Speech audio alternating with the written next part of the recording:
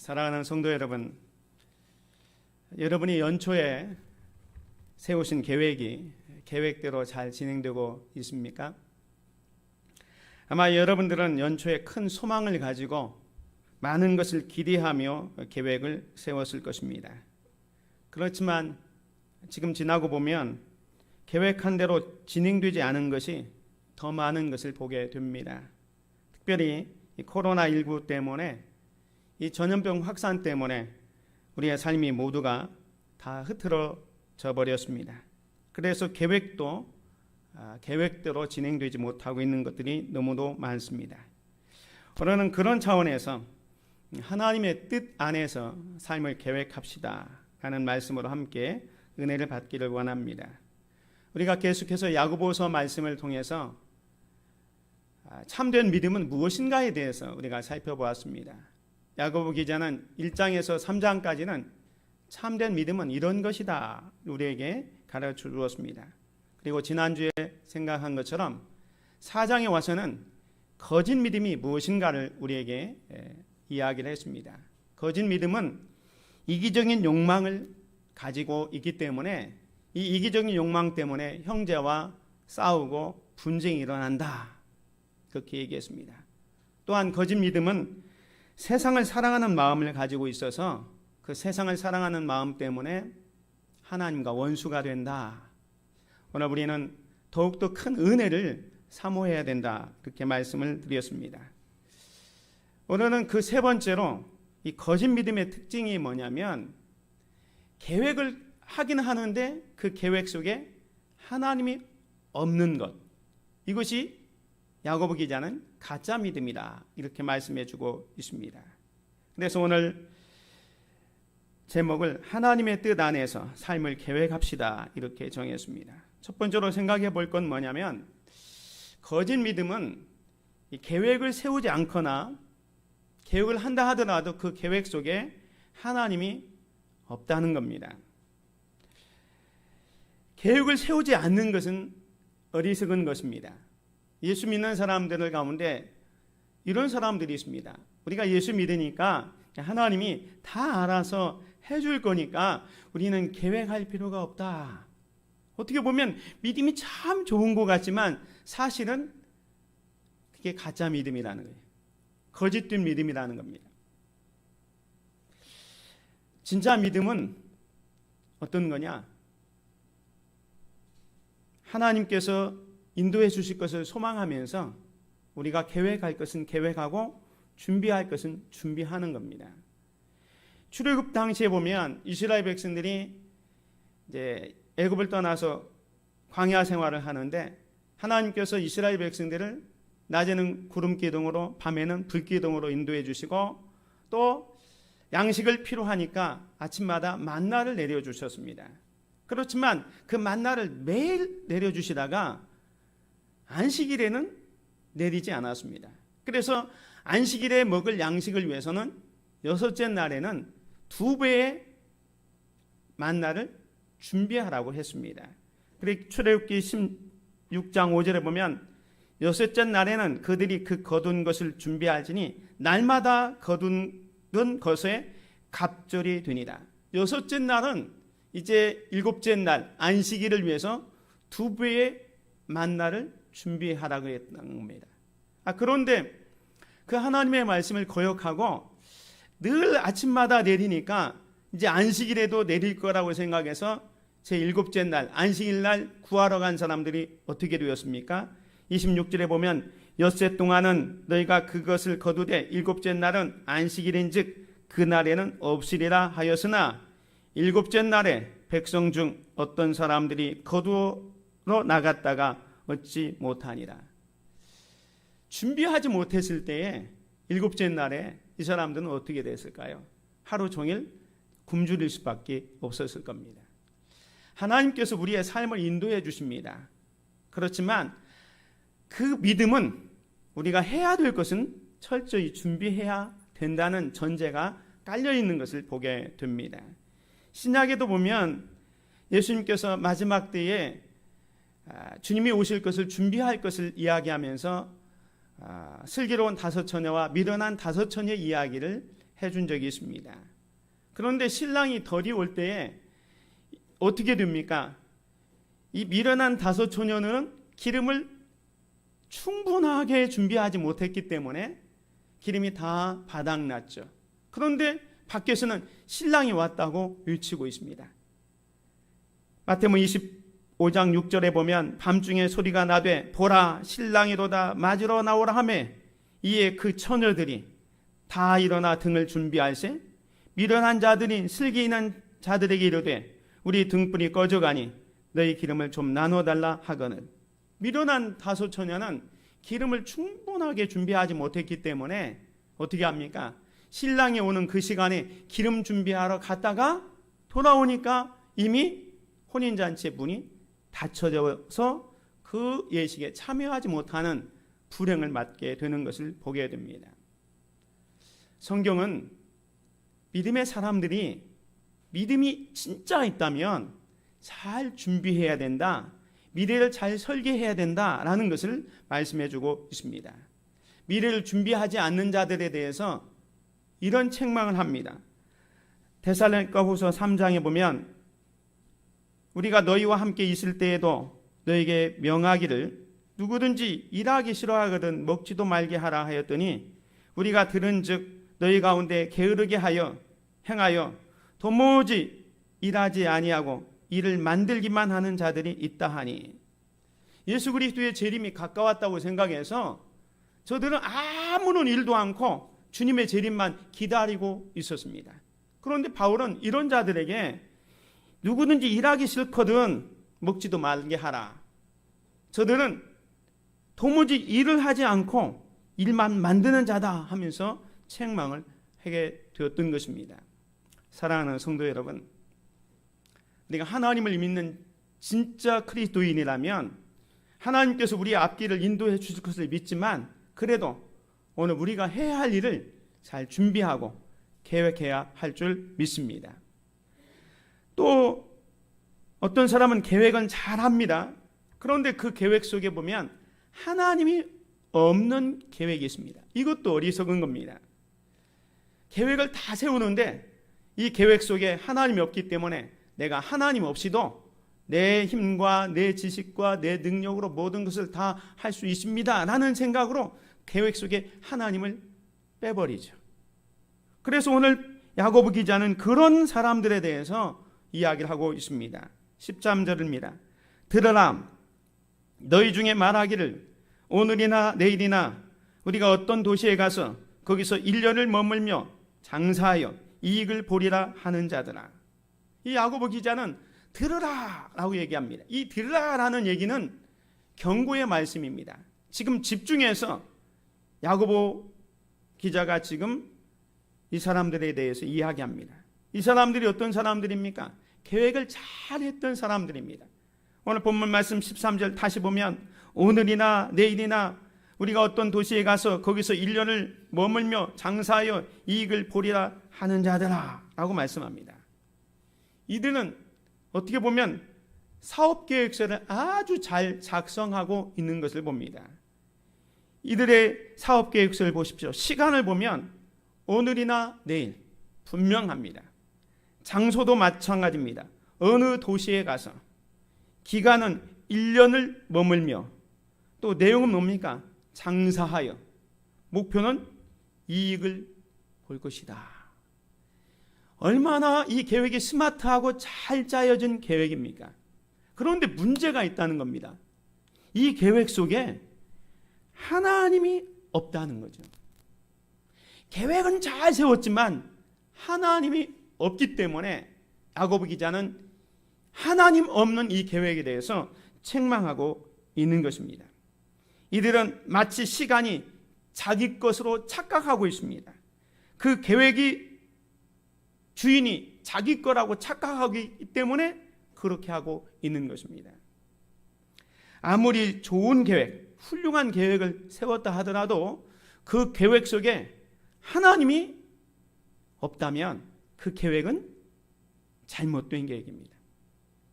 그래서 야고보 기자가 이런 자들에 대해서 13절에 뭐라고 말씀합니까? 내일 일을 너희가 알지 못하는도다. 너희 생명이 무엇이냐? 너희는 잠깐 보이다가 없어지는 안개니라 라고 말씀합니다. 아무리 좋은 계획을 세웠다 한들 그 계획 속에 하나님이 없기 때문에 그것은 잘못된 계획이라는 겁니다. 왜 이렇게 얘기하냐면 우리 인간의 연약함 때문에 그렇습니다. 우리는 내일 일을 알지 못하는, 우리 한 치 앞도 내다보지 못하지 않습니까? 뿐만 아니라 우리의 생명은 잠깐 보이다가 없어지는 안개와 같이 정말로 너무너무 허무한 것이 우리 인생입니다. 그런데 우리의 미래를 하나님 없이 계획한다? 이런 것은 어리석다는 거예요. 성경에 보면 이렇게 하나님 없이 계획을 세웠던 많은 사람들이 있습니다. 그들을 한번 보겠습니다. 우리가 룻기를 살펴봤는데 룻기에 보면 이스라엘 유대 땅 베들레헴에 기근이 걸렸을 때에 엘리멜렉이라는 사람이 그 하나님의 약속의 땅 베들레헴을 떠나서 모압으로 이사하잖아요. 이때 계획은 뭡니까? 자기가 살고 있는 유대 땅이 베들레헴이 기근이 걸렸으니까 이것을 떠나서 저 풍족한 모압으로 가면 잘 먹고 잘 살 수 있겠다라는 계획을 세운 겁니다. 그래서 자기 아내 나오미와 두 아들 말론과 기론을 데리고 모압으로 갔는데 그 계획 속에 하나님이 없었습니다. 그래서 가자마자 엘리멜렉이 죽고 또 10년을 살면서 두 아들 말론과 기론도 죽지 않습니까? 계획을 잘 세웠지만 그 계획 속에 하나님이 안 계셨기 때문에, 하나님 없는 계획이었기 때문에 오히려 그 계획 속에 불행을 자초하게 되었던 것을 보게 됩니다.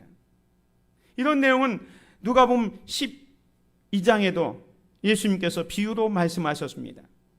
어떤 부자가 농사를 했는데 아주 그 해는 풍년이 걸렸습니다.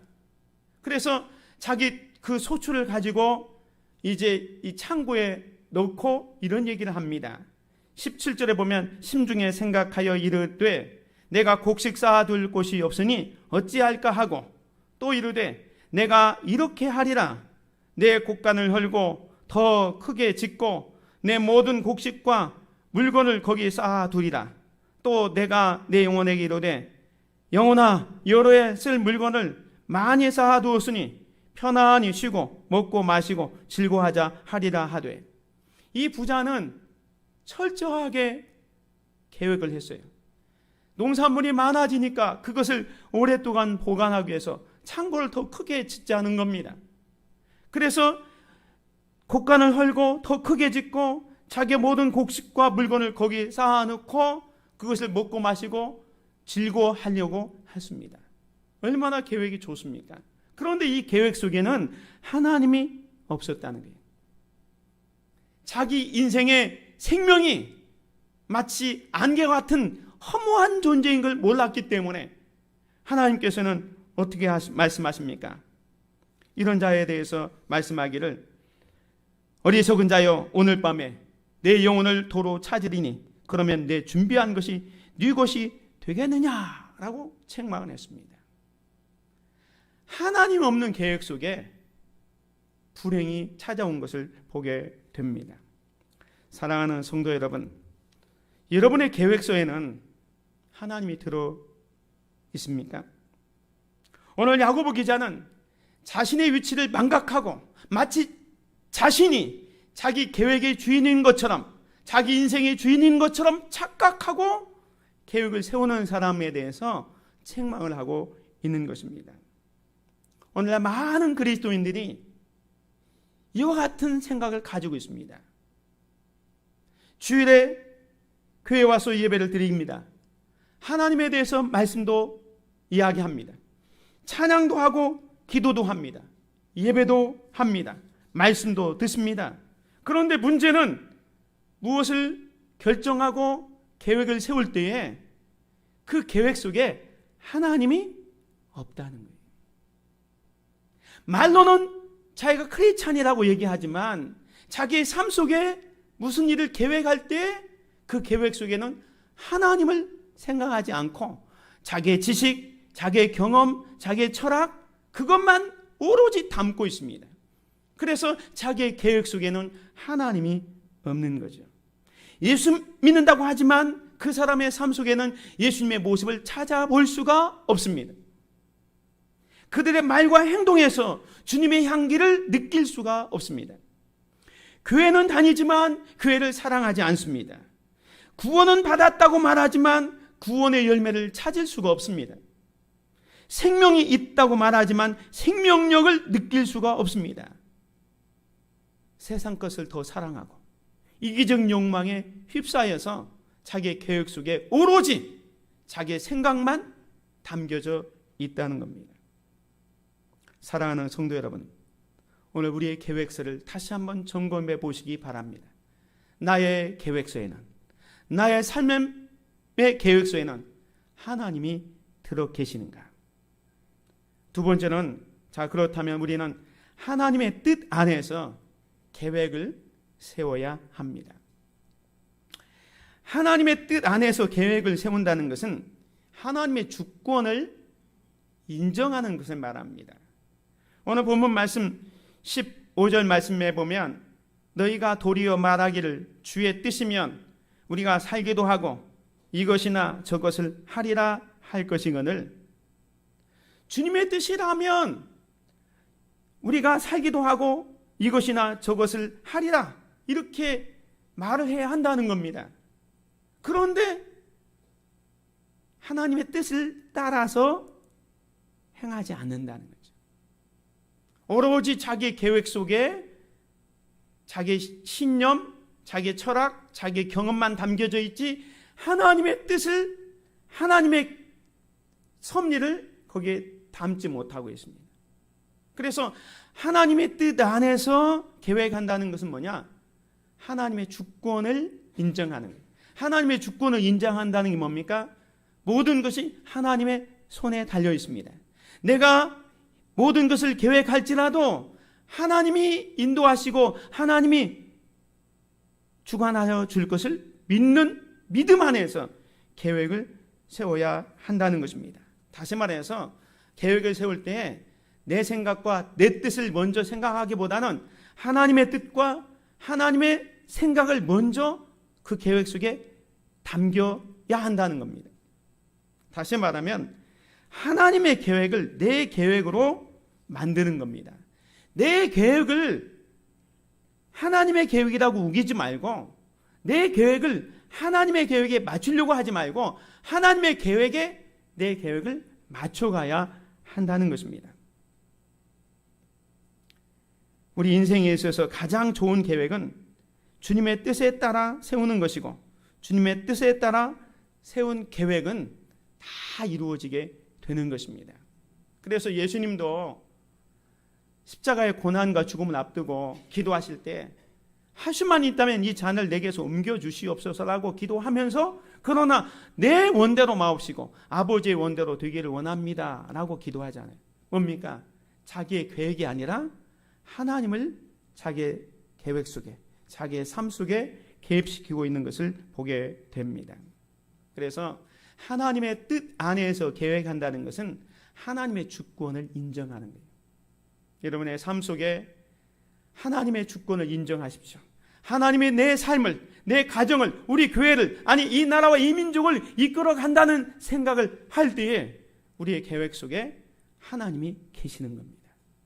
두 번째로는 하나님의 뜻 안에서 계획한다는 것은 하나님의 은혜를 기대하는 거예요. 내가 아무리 좋은 계획, 철저하게 잘 준비하고 계획할지라도 하나님이 개입해 주지 아니하고 하나님께서 은혜를 베풀지 아니하면 말 그대로 그 계획은 허사가 됩니다. 성경의 많은 부분들이 인간이 아무리 노력하고 아무리 수고할지라도 하나님께서 함께하지 않으면 모든 것이 헛되다라고 말씀합니다.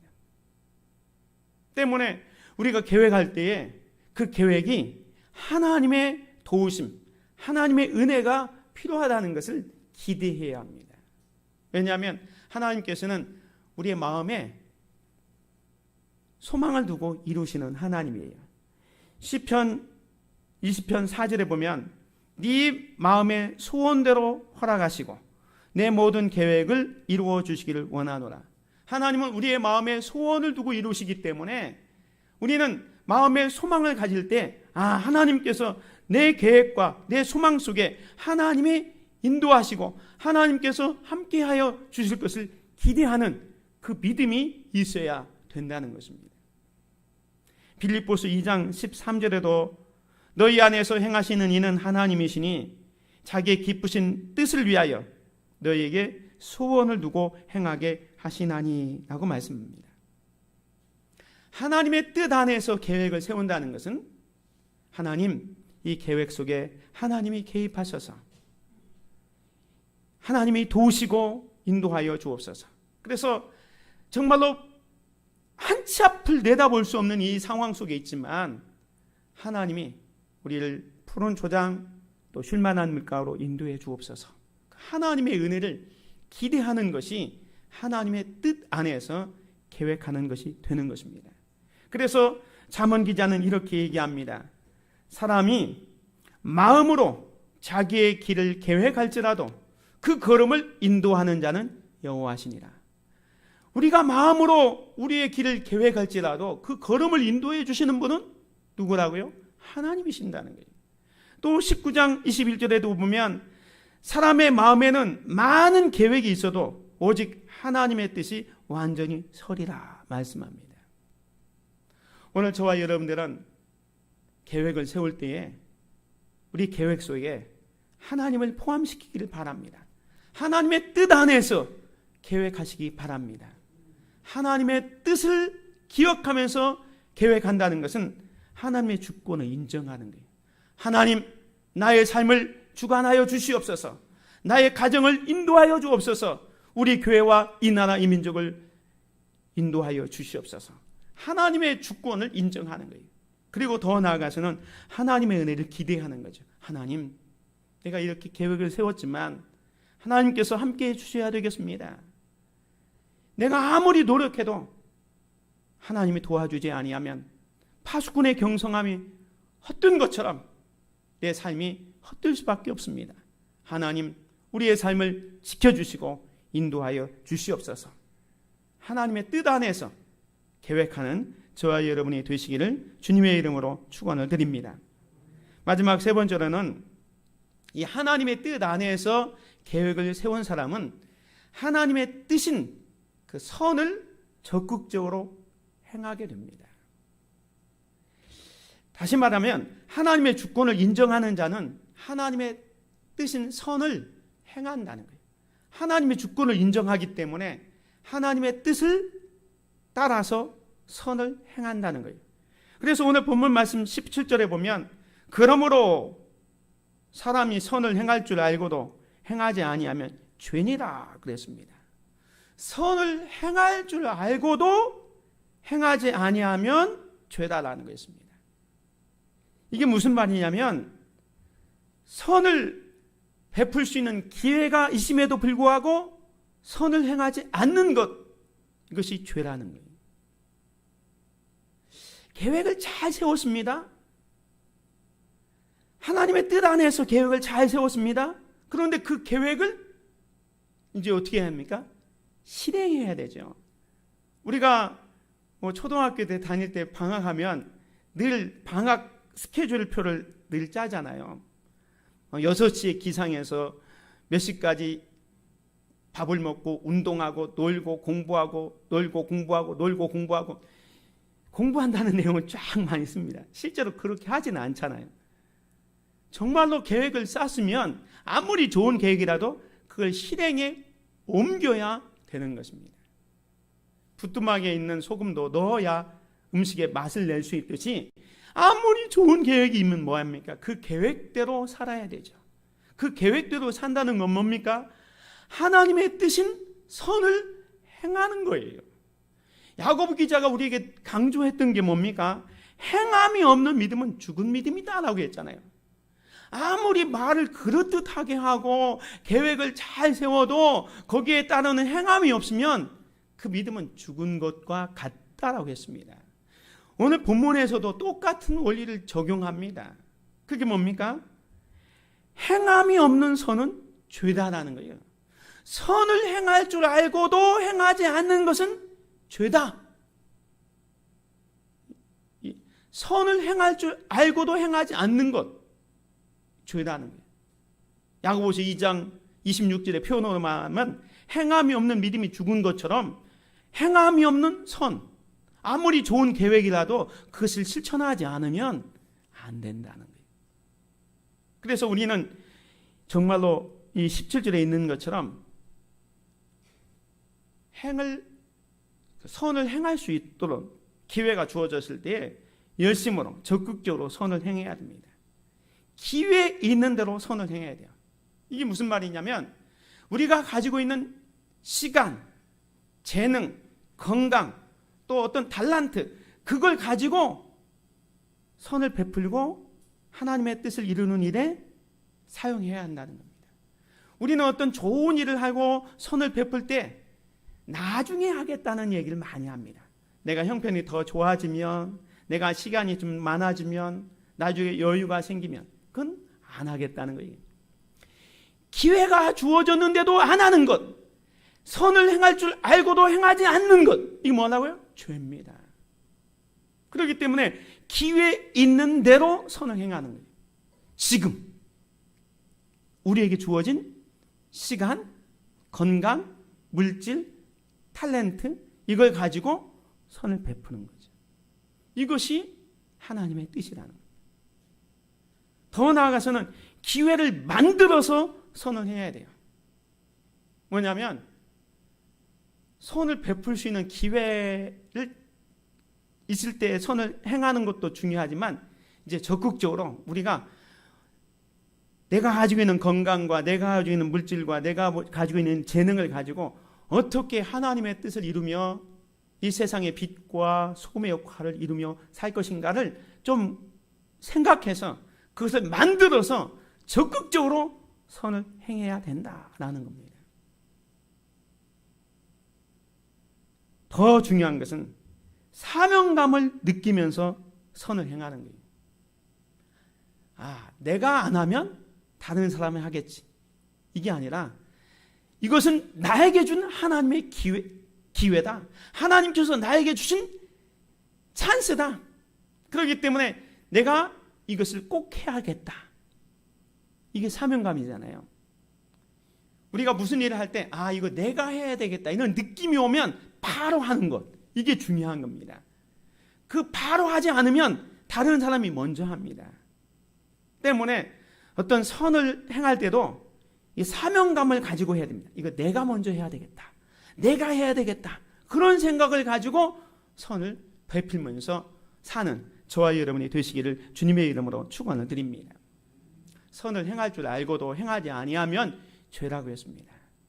우리가 계획을 세울 때 정말 하나님의 뜻 안에서 세워야 될 것입니다. 한 가지 안타까운 소식을 전하겠습니다. 우리가 지원하고 있는 농촌교회 가운데 구례 월전교회가 있습니다.